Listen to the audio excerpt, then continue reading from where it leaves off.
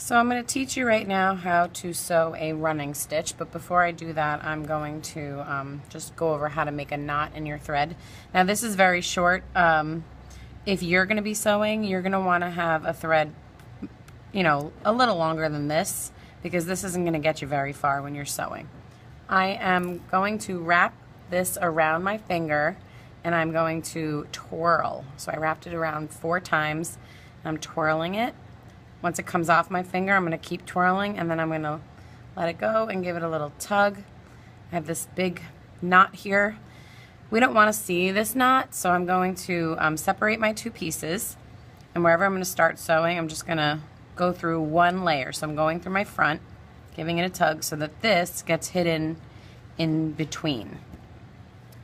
Now the running stitch is like a pattern. When you're sewing, you're going to think like a pattern. So you're going to go down, pull, and every time you make a stitch you want to give it a tug. Up, pull, down, pull, up, pull. And you just continue that way. When you're sewing, you know, the distance that you're leaving between your thread and where you're going down or up with your needle is how long your stitch is going to be.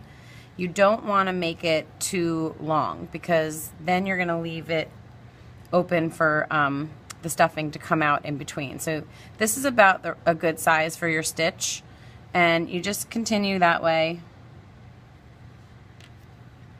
until you've sewn to the point where you have enough string to tie off. Now when you tie off, you want to tie off on the back of your felt monster, because you don't want to see a knot on the front. Notice how every time I'm sewing, I'm giving a tug. Don't tug it where it's going like this, because that's obviously too tight.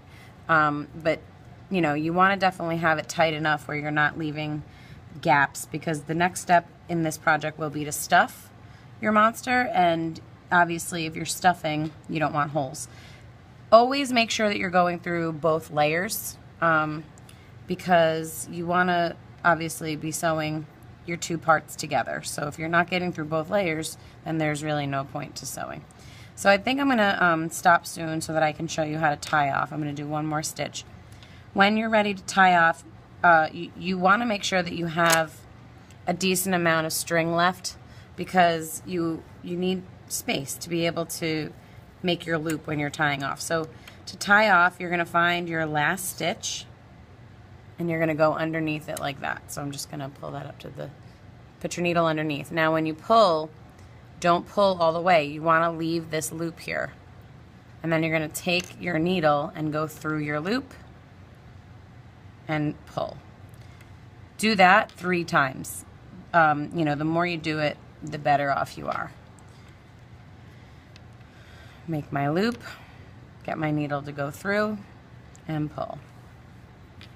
Underneath my stitch, same stitch every time, same spot.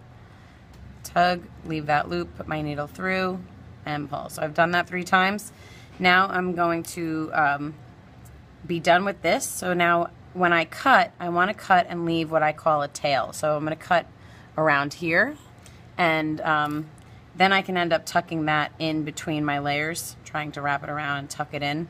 And then when you're ready to sew again, you just go rethread your needle, make your knot again, and then start on your in-between layer so that your knot is hiding, just like we did for the first step right here.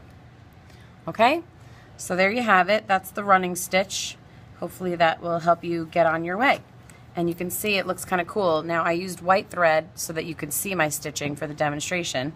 And if you like the way your stitching looks, you can use a contrasting color like white on brown. Or I could have used brown thread and then it wouldn't have been so visible. So that's up to you. Have fun sewing.